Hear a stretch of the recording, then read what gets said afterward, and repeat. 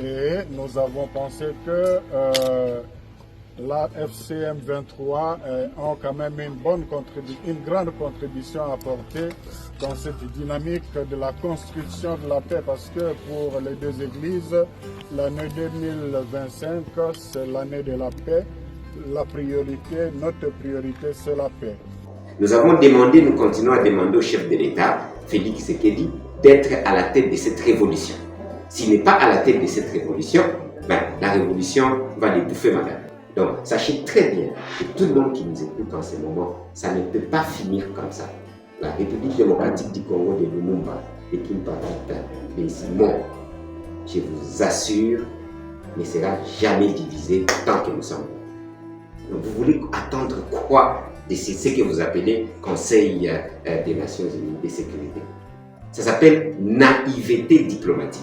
Nous pouvons collaborer, mais nous ne devons pas attendre quoi que ce soit de ces conseils-là, parce que ces conseils-là est lui-même complice de la situation qui est en train de se faire. C'est un peu comme si vous demandez aux voleurs, est-ce que nous pouvons chasser les voleurs? Et c'est lui-même le voleur. Vous aurez fait quoi? Vous aurez fait quoi? C'est quoi la tête franchement des leaders congolais? Vous pensez que les couloirs humanitaires, c'est ça la priorité? Absolument pas. Certes qu'il faut des couloirs humanitaires, mais franchement, je pense que c'est une bêtise quand nous comprenons que toute la communauté internationale induit le leadership congolais en erreur en ne parlant que des histoires humanitaires plutôt que la résolution du vrai problème qui va empêcher à ce que les Congolais ne puissent pas avoir besoin d'eux.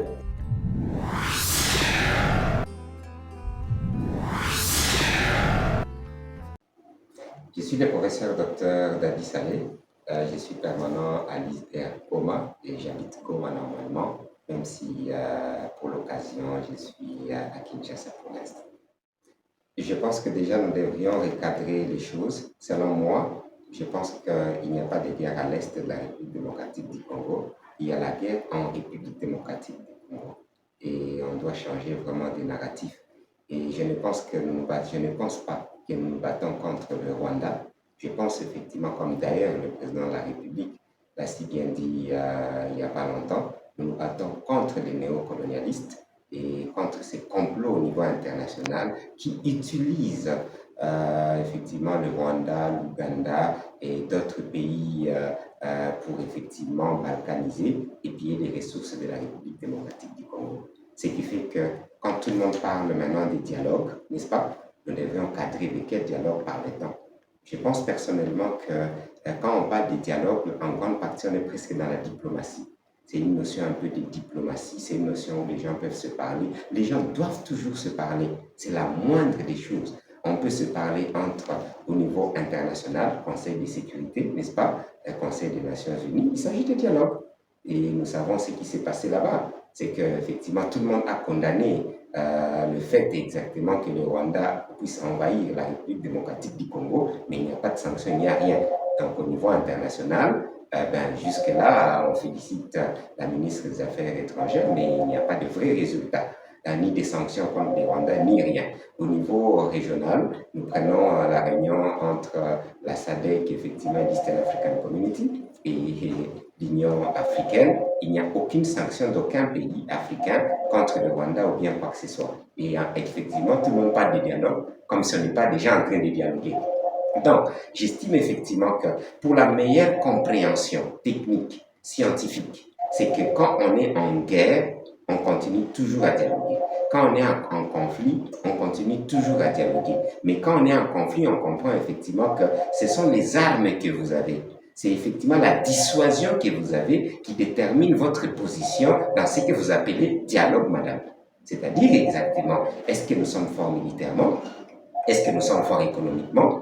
Est-ce que nous sommes forts culturellement? Est-ce que l'idéologie vraiment, ça va, des Mousalem, du patriotisme, Lumumba, ça va, et dans la population, bien dans le leadership congolais, ce sont ces forces-là qui permettent maintenant qu'on se dise, ça vaut la peine d'insister sur tel type de dialogue pour arriver au résultat pour l'intérêt du peuple congolais. Donc pour l'instant, je pense effectivement que j'aimerais vraiment faire, c'est pas une correction, mais préciser selon moi, ok, il n'y a pas de différence ou bien d'amalgame quand il s'agit de la guerre, des dialogues et des diplomaties. Non, c'est la même chose au fond. Parce que toutes les fois qu'on ira s'asseoir, dialoguer ou bien faire la diplomatie, on verra toujours les rapports de force. Exemple, eh ben, nous sommes effectivement à Dar es Salaam et que nous sommes en train de perdre Goma et avec risque de perdre Bukavu. Quel est notre poids par rapport à ces assises? Vous avez bien compris que notre poids était un peu moindre. Mais quel est notre poids si nous ne contrôlons pas pratiquement l'économie de la République démocratique du Congo? On n'a aucune banque congolaise, c'est-à-dire les finances, on ne contrôle presque rien. Toutes les grandes entreprises sont dans les mains des étrangers. Nos entreprises minières, on ne contrôle pas nos minéraux du tout, madame. Nos entreprises minières sont dans les mains, effectivement, des étrangers, des Chinois en grande partie pour l'instant, des Américains, des Canadiens. Quelle est l'influence économique que nous avons? Je pense que quand les gens se lèvent et parlent de l'économie et des richesses de la République démocratique du Congo, ils ne se rendent pas compte qu'on a déjà bradé nos richesses. On n'a rien pour l'instant. On n'a que des potentiels, mais on n'a rien. C'est la raison pour laquelle, effectivement, nous avons un peuple qui vit au-delà de 83% les seuils de pauvreté. 83% des Congolais vivent en deçà du seuil de pauvreté. Et effectivement, on a plus ou moins 30 à 40%, je ne me rappelle pas bien les chiffres, de la malnutrition aiguë, encore une fois. C'est-à-dire que nous sommes vraiment pauvres. Nous n'avons pratiquement rien. Et pourtant, nous avons tout. Donc, je pense que quand nous parlons des dialogues, c'est une notion très vaste où, effectivement, quand on doit dialoguer, on doit avoir des objectifs. Je pense effectivement que pour parler avec qui que ce soit, nous devons d'abord montrer notre force. Donc, se battre fait partie des dialogues. Ça, c'est une des notions, effectivement, que beaucoup de gens ne comprennent pas. Je ne sais pas pour quelle raison. Se battre, avoir une armée forte, ça va être tous des Ouazalendou. Parce que le président a précisé que les Ouazalendou, ce sont le fer de lance, n'est-ce pas, de la République. Ils meurent, ils se battent pour la République. Les Ouazalendou signifient tout simplement les patriotes. Alors, si vous ne voulez pas être patriote, ça vous regarde. Mais moi, je suis Mouzalendou. Dans ce sens-là. En se battant, alors on peut s'asseoir. Il n'y a pas de problème. On règle les conflits. Donc, il n'y a pas de dichotomie. Il n'y a pas à séparer. Quelle que soit la forme de dialogue que vous voulez, madame, ça va? Quelle que soit la diplomatie, avec l'armée, avec se battre, avec se donner le maximum de moyens pour l'intérêt de la République démocratique du Congo. Ce qui fait que, je ne sais pas si vous voulez parler de dialogue au niveau de Dar es Salaam, ou bien de la CENCO, et les CC ou bien des Nations Unies. Nous sommes très mal partis avec ces genres de dialogues, et ce n'est même pas la première fois, parce que ce sont des dialogues dans la position de faiblesse. Or, quand vous dialoguez dans la position de faiblesse militaire, économique, parce que quand je dis économique, c'est pas blagué. Vous savez bien que Rubaya, ça va, vers le Walikale, c'est là où on a plus de 60 à 80% des réserves mondiales de coltan. Et le coltan est demandé aujourd'hui, comme les gens ne s'imaginent même pas. 15% de la production du coltan mondial aujourd'hui, on ne parle pas des potentiels, c'est produit là-bas. Donc les Américains, les Européens, les Chinois, leurs œils, leurs yeux sont là-bas. Et malheureusement, c'est contrôlé maintenant par les rebelles.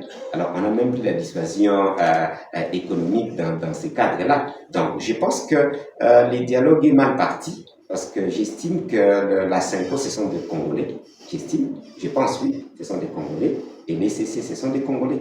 En tant que Congolais, ils devaient d'abord tout faire pour que nous puissions avoir la dissuasion, c'est-à-dire nous battre, encourager les Ouazalendou, faire la mobilisation totale, n'est-ce pas? Et à ce moment-là, nous pouvons nous dire, oui, il n'y a pas de problème, mais nous pouvons aussi quand même nous asseoir avec qui nous voulons. Mais pour l'instant, il fallait d'abord que nous puissions nous asseoir à l'interne. Parce que pour nous, effectivement, l'erreur de ce dialogue-là, c'est le fait de considérer Nanga comme faisant partie du dialogue. Et pourtant, effectivement, le président de la République et la grande partie des Congolais, on a bien dit, il n'y a pas de dialogue avec le 1-23 et avec Nanga. Est-ce que vous savez pourquoi, madame? Tout simplement, selon moi, Nanga n'existe pas. Le 1-23 n'existe pas dans le vrai sens du mot. Vous comprenez? Nanga n'existe pas, le 1-23 n'existe pas, l'AFDL n'existait pas, ça va, les RCD n'existaient pas. Tout ça, c'était des émanations directes de ces complots internationaux, un peu chapeautés par l'Ouganda, par le Rwanda et par les non-colonialistes. Alors, si vous vous rabaissez à essayer de dialoguer avec Nanga, c'est pour quoi faire?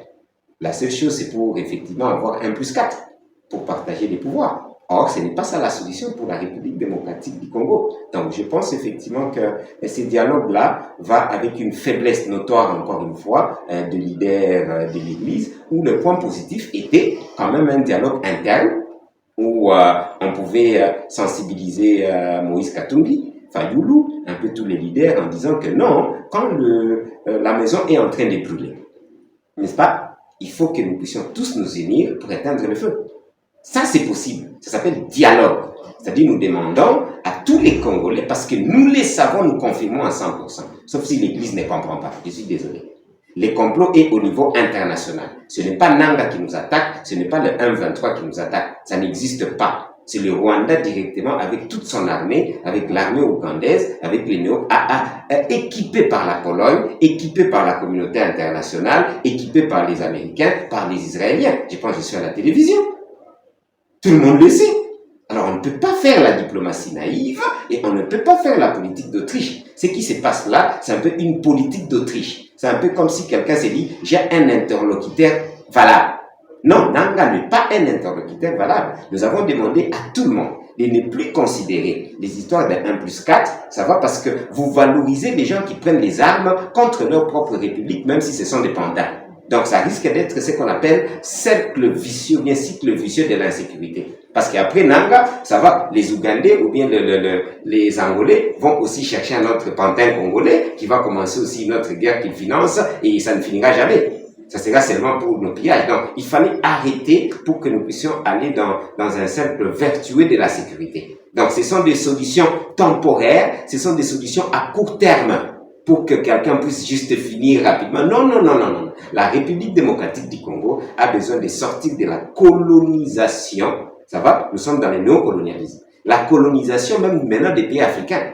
J'aimerais lancer de grands mots, ça va, qui ne sont pas beaucoup utilisés, ce sont mes concepts, effectivement. Là, nous venons de passer plus de 20 ans dans la balkanisation indirecte. C'est-à-dire la balkanisation est déjà là depuis très longtemps. Seulement, beaucoup de Congolais n'ouvrent pas les yeux pour voir. Nous sommes dans la balkanisation depuis plus de 20 ans. Et effectivement, on félicite quand même le chef de l'État, Félix Tshisekedi, qui essaie de voir si on peut en sortir. On lui donne encore un peu de crédit. Kabila a essayé aussi, mais ça n'a pas marché. Ça va? Mais pour l'instant, le président essaye aussi et nous espérons qu'on va s'en sortir. Mais à part la balkanisation indirecte, là, il cherche maintenant la balkanisation directe. C'est-à-dire, un peu faire comme au Soudan, Sud-Soudan, et avoir totalement le Congo balkanisé et faire l'Empire Ima, toutes les théories qui sont là. C'est là où nous sommes en train d'aller. Alors, vous me parlez de Nanga. Mais c'est pas possible. Quelle naïveté. Vraiment, quelqu'un peut me parler de Nanga. Ou bien peut me parler d'un leader qui, comme on en a eu la fois passée, des Wamba Diawamba et de tous les gens, plus de 10 leaders qui étaient sortis de partout pour aller rapidement appeler c'était par l'RCDA, à cette époque-là, FDL, etc. C'est la même chose. Donc, on n'apprend rien. On a des leaders qui n'apprennent rien. Notre objectif devait être le bien-être à court, moyen, long et long terme de la République démocratique du Congo. Et ici, nonobstant le fait qu'on puisse dialoguer, qu'on puisse faire la diplomatie, il faut qu'on soit capable de se battre, se prendre en charge nous-mêmes. Sinon, nous allons rester les pantins, ça va, et les garçons des courses des menants, des Africains. Parce que les Rwandais, ce sont des Africains. Ce ne sont même plus les Belges qui étaient à la solde de la communauté internationale. Là, c'est maintenant les Rwandais. Et écoutez, madame, il y a certains leaders qui ont dit ce que nous disons ici. Il y a un des leaders, je ne cite pas le nom, pour raison déontologique, n'est-ce pas, mais qui a bien dit qu'il n'y a pas de leaders qui viennent de l'Est qui n'ait été mis là-bas par les Rwandais, ni de l'armée, ni politique. Beaucoup de gens de 1+4 sont sortis de là. Et je vais au-delà des leaders de l'Est, même des leaders, beaucoup de leaders de l'Ouest de 1+4 étaient mis soit par l'Ouganda, soit par quelqu'un d'autre. Vous connaissez cette histoire-là? Totalement. C'est là où vous voulez qu'on puisse retourner.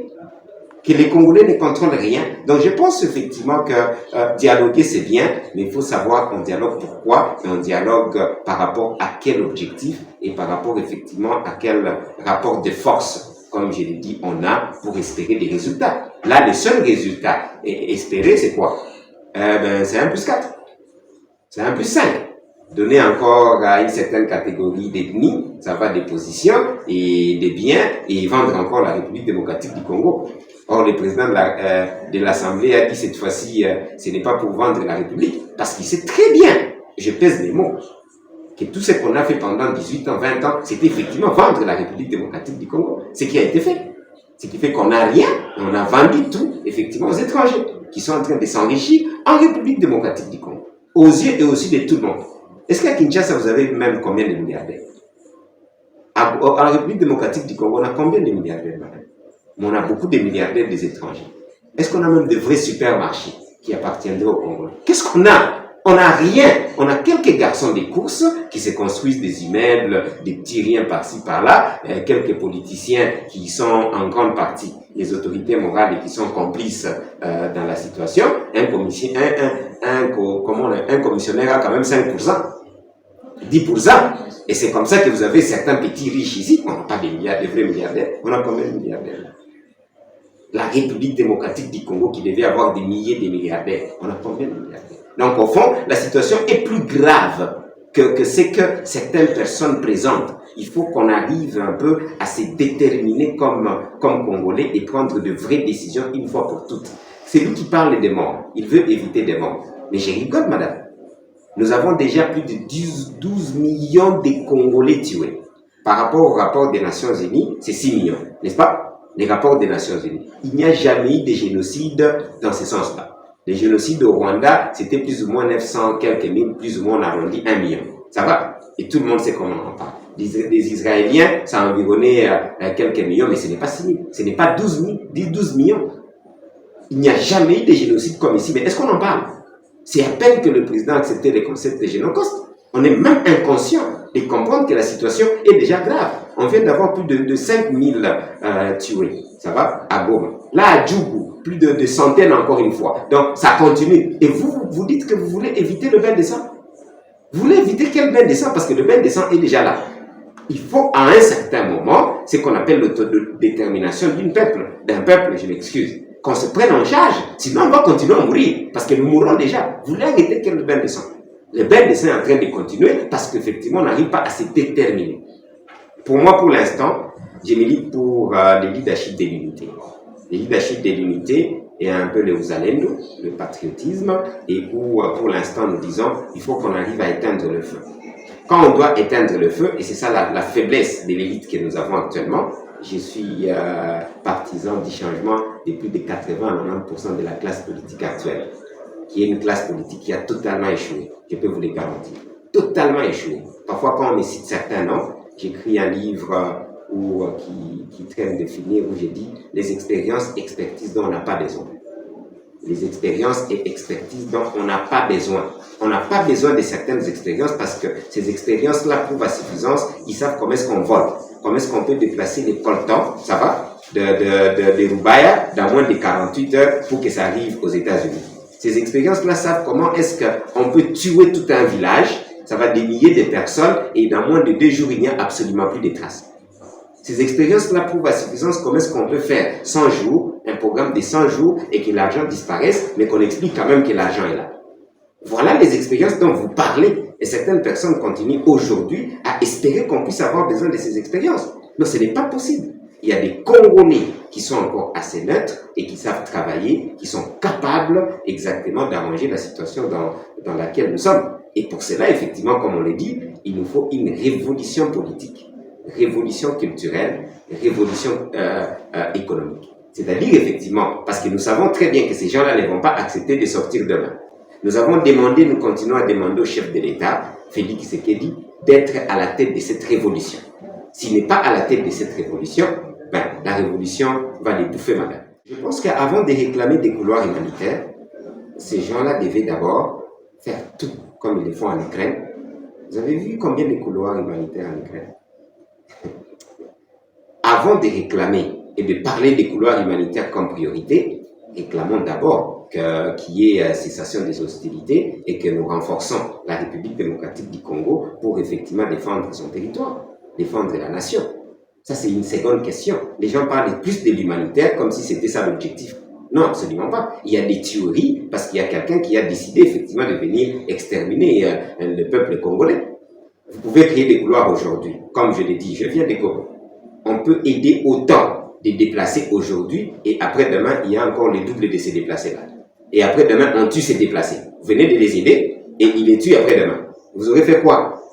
Vous aurez fait quoi? C'est quoi la tête, franchement, des leaders congolais? Vous pensez que les couloirs humanitaires, c'est ça la priorité?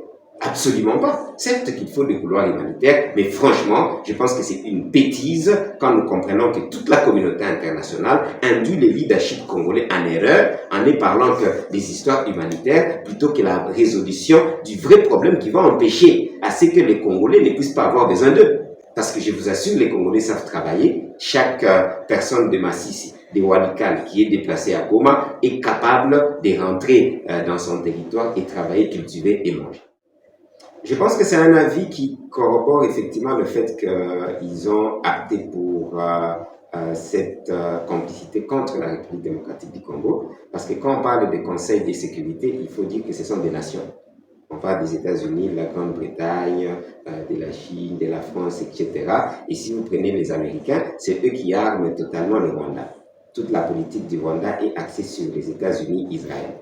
Toute la politique du Rwanda, comme Macron, Sarkozy plutôt, Sarkozy l'avait si bien dit, ça va pour Sarkozy, et ils ont mis ça en application. Et nous restons de personnes, franchement, qui ne voyons pas loin. Ils ont mis ça en application. Sarkozy avait demandé, effectivement, qu'il y ait répartition, ça va, des richesses dans les grands lacs. La République démocratique du Congo était trop riche et les voisins étaient trop pauvres. C'est ce qu'ils ont mis. Ça, c'est Sarkozy. Vous parlez de la Grande-Bretagne. La Grande-Bretagne soutient à coût de millions. Là, il y a des pétitions en Grande-Bretagne, là où je vous parle, parce que c'est à coût de millions. Soutien militaire et dans tous les sens.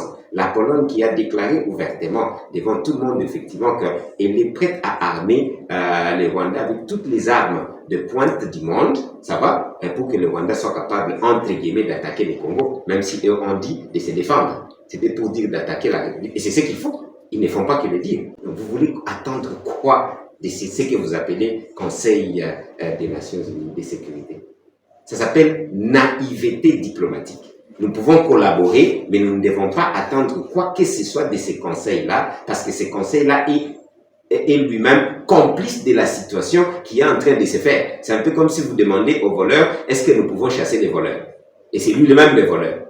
Et vous attendez que ces voleurs-là puissent vous dire, ok, j'accepte que nous chassons les voleurs. C'est ça la naïveté diplomatique dont je parle, et la politique d'Autriche. Parce qu'au même moment, ce que je suis en train de dire, vous allez remarquer que beaucoup de gens ne sont pas capables de le dire ouvertement. Je suis désolé, parce ils veulent s'appeler diplomates, ils veulent s'appeler politiciens. Non, je pense que ce sont des très mauvais politiciens. Parce que la politique, c'est l'art de gérer la cité. Et ici, la cité, c'est la République démocratique du Congo. La République démocratique du Congo est mal gérée parce qu'il y a des esclaves encore des Nations Unies. Ce que vous avez appelé Nations Unies, les gagnants de la Deuxième Guerre mondiale. Et vous comprenez que même Trump, quand il n'est pas content, il sort des organisations. Pour moi, la République démocratique du Congo devait être capable de sortir de toutes les organisations qui ne nous arrangent en rien. Parce qu'effectivement, jusque-là, ce sont nos minéraux qui sont pillés. C'est plus de 12 millions de personnes. C'est pratiquement leur plan de balkanisation qui est en marche. Nous espérons quoi? Des petites déclarations. Non, prenons aussi des grandes décisions. Vous allez voir. Ne vous en faites pas, on perdra quoi? Parce qu'on est déjà en train de perdre. Mais on a encore un leadership, c'est ce qu'on pense au chef de l'État, de ne plus s'entourer. Ça va avec les gens de 1+4. Parce que tant que le chef de l'État est entouré des gens de 1+4, en grande partie, du conseil, c'est ce qu'ils savent faire. C'est-à-dire trahir la nation. Et puis les gens me disent, non, on a trahi. Il y a des généraux qui ont trahi. Oui, bien sûr, parce que beaucoup de généraux ont été mis effectivement par ces gens de 1+4. Donc le chef de l'État jusque-là n'a pas vraiment brisé. Ça va? C'est ce système qui a gangréné la République démocratique du Congo jusque dans les services de renseignement. Il faut qu'on puisse être capable de se prendre en charge. C'est ça notre philosophie pour Jitegeme. Tomilu Kela, Tuso Sange Mosi, Tuji Kebela. Tant que la République démocratique du Congo ne décide pas de se prendre en charge et continue à penser que ce sont les Russes, ou bien ce sont les Américains, ou bien ce sont les étrangers qui vont trouver des solutions à notre problème, nous serons dans le faux. Nous devons nous prendre en charge. Je viens de vous répéter, il n'y a pas de différence, c'est même ça la naïveté, excusez-moi le terme madame, la naïveté qu'on entend dans la bouche de beaucoup de gens. Il n'y a pas de séparation entre guerre et diplomatie et dialogue, et etc. Ça fait un. Vous comprenez? Pour qu'une nation puisse vivre, la nation doit se préparer à faire la guerre, la nation doit s'armer, la nation doit faire tout. Et pour que cette même nation puisse vivre, elle doit quand même, ça va, se préparer à continuer à faire un peu de diplomatie avec les organisations, etc. Mais tout en gardant une position claire. Vous avez vu Israël déchirer des papiers devant les Nations Unies? Qu'est-ce qu'ils ont fait d'Israël? Parce que Israël s'est préparé d'abord militairement. Et puis il continue à siéger. Ça va? Mais il prend sa position. Et quand Israël tire, ça tire. Qu'est-ce que les Nations Unies ont fait à Israël jusque-là? À part vociférer, entre guillemets. Parce qu'ils ont là les rapports de force nécessaires. Donc, nous devons nous constituer des rapports de force militaires en priorité. Nous devons nous constituer des rapports de force économiques en priorité avant de parler du rapport de force diplomatique. Parce qu'on ne veut pas conclure. Ce que je demande au chef de l'État, c'est de savoir conclure à un certain moment de la vie. Vous ne pouvez pas compter chez les Américains pour l'instant. Ils ont montré leur position depuis très longtemps. Comment vous voulez encore des solutions venant des Américains, venant du Conseil de sécurité? Mais nous devons continuer à parler avec eux. Ça, c'est clair, noir sur blanc. Ça s'appelle, comme je l'ai dit, c'est encore une de nos théories, nous devons faire un peu l'intelligence déconstructive. Et pour passer à l'intelligence reconstructive. L'intelligence déconstructive signifie quoi? Signifie effectivement que les trous dans lesquels nous sommes, ça va, on doit être capable de les déconstruire. Au niveau de la diplomatie internationale, au niveau de l'armée qui est infiltrée, au niveau de la politique qui est infiltrée, il faut être assez intelligent pour ne pas tout casser d'un coup, n'est-ce pas? Ça, je suis tout à fait d'accord. Après ça, vous utilisez maintenant l'intelligence reconstructive. Donc, vous déconstruisez l'ancien système où les Africains ne sont même pas considérés au niveau des Nations Unies, où ils ne sont même pas considérés où que ce soit. On reconstruit maintenant. On reconstruit la nouvelle façon dont on doit nous prendre, c'est-à-dire un peu le Wakanda. Vous comprenez? Vous prenez cet exemple-là de Wakanda. Quelqu'un pense que vous n'êtes pas fort et vous lui démontrez par votre organisation que vous êtes fort. Il s'agit des rapports de force. Donc, on doit, quand je parle de la philosophie Kujitegeme, la philosophie du professeur Dadi Saleh, Kujitegeme Atomilu Kela, tout ça, Sangemo Situji Kebela, c'est-à-dire qu'on doit être capable, comme un peu les Chinois l'avaient fait, de se recroqueviller encore une fois sur nous-mêmes. Ça s'appelle protectionnisme à outrance. Ça va? Toute loi, par exemple, aujourd'hui, exemple l'article 58 de la Constitution, qui parle de l'économie, devait être renforcé pour que nous puissions avoir des entreprises des Congolais, pour que les Congolais puissent contrôler leur économie. C'est un exemple simple. Ça va? Et après 30 à 50 ans, c'est à ce moment-là que nous allons ouvrir encore des portes. Et de la façon économique, nous avons proposé, par exemple, parce que vous avez parlé de solutions, n'est-ce pas? Nous avons proposé qu'on retourne un peu sur les néo-mercantilismes. Ça va? Les néo-mercantilismes où nous allons faire maintenant des systèmes industriels complets. Pour l'instant, nous sommes dans les néolibéralismes, avec effectivement les capitalismes. C'est-à-dire, c'est technique, je comprends, c'est-à-dire exactement pour l'instant, que le marché est un peu libre avec la mondialisation, etc. Non, c'est une erreur pour nous. On ne peut pas entrer dans ce genre de marché et pourtant nous n'avons pas des avantages comparatifs. Nous devons retourner un peu à nous créer des avantages comparatifs, à avoir nos propres industries qui vont nous sécuriser déjà, ça va, et qui vont nous permettre d'avoir le moyen pour maintenant ouvrir le marché. Mais là, nous avons des leaders qui vous disent quoi? Ouvrez le marché, ouvrez les frontières, entrez dans l'Eastern African Community. Je l'ai dit depuis très longtemps, madame, que c'était une grosse bêtise. Entrer dans l'Eastern African Community. Entrer dans toutes les organisations, comme les gens le disent, et ils appellent ça la diplomatie. Non, on ne peut pas entrer dans toutes les organisations juste parce que ça va plaire à quelqu'un, sans voir vraiment les vrais intérêts de la République démocratique du Congo à court, moyen et à long terme. Moi, j'aimerais à un certain moment que les gens soient capables de discuter théorie, que les gens soient capables de discuter principe. Parce que parfois, c'est juste des gens qui applaudissent les noms des gens. Trouver quelqu'un qui n'est pas d'accord avec les théories que je suis en train d'avancer, qu'on puisse faire un débat. La nation doit être éclairée. Mais effectivement, si la nation n'est pas éclairée, la nation reste dans un trou. La nation reste dans le noir, où les gens pensent qu'ils sont en train de bien vivre à Kinshasa et à Goma. Non, il n'y a pas la vie. Il n'y a pas la vie, on ne contrôle rien. Je le répète, il n'y a pas de vie.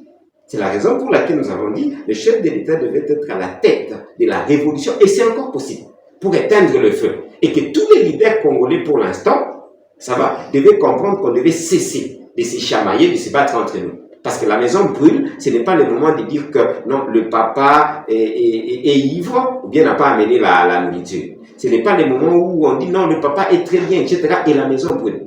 Tout leader congolais, pour l'instant, qui qu'il soit, s'il aime la République démocratique du Congo, on devait s'asseoir ensemble et éteindre le feu. Et vous avez bien compris que si l'Église, c'était une des questions, pense qu'il est en train de vouloir éteindre le feu, ce n'est pas vrai. Parce qu'à ce moment-là, vous comprenez que le feu, c'est le Rwanda. L'ennemi doit être bien identifié. Sinon, vous risquez d'appeler votre ennemi votre ami. Non, non. L'ennemi, pour l'instant, c'est le Rwanda et avec tous les supplétifs. C'est aussi clair noir sur blanc. Donc je pense que quand on a la clarté dans la tête, il y a possibilité de trouver une solution. Quand ce n'est pas clair, pour beaucoup de gens, naturellement, on navigue un peu à l'air libre, on nous amène là où il veut. Nous compatissons avec toute la population de la République démocratique du Congo, et particulièrement des Goma, des Bukavu, des Calais, des Ndjoubou, là où il y a des tueries plus ou moins directes, parce qu'ici aussi il y a des tueries des colons et tout le reste, même si ça diminue. Et nous leur disons qu'ils soient patients, qu'ils comprennent que les Congolais qui aiment la République démocratique du Congo, les Ouazalines sont en train de tout faire pour récupérer chaque centimètre de la République démocratique du Congo, et on n'aura plus jamais des aventuriers qui penseront entrer en République démocratique du Congo pour récupérer même 1 centimètre. Je pense qu'avant même qu'ils puissent y penser, nous serons capables de les attaquer. Ça, c'est ce que je dis à vous. Donc, sachez très bien que tout le monde qui nous écoute en ce moment, ça ne peut pas finir comme ça. La République démocratique du Congo de Lumumba, de Kimpa Vita, de Simon, je vous assure, ne sera jamais divisée tant que nous sommes.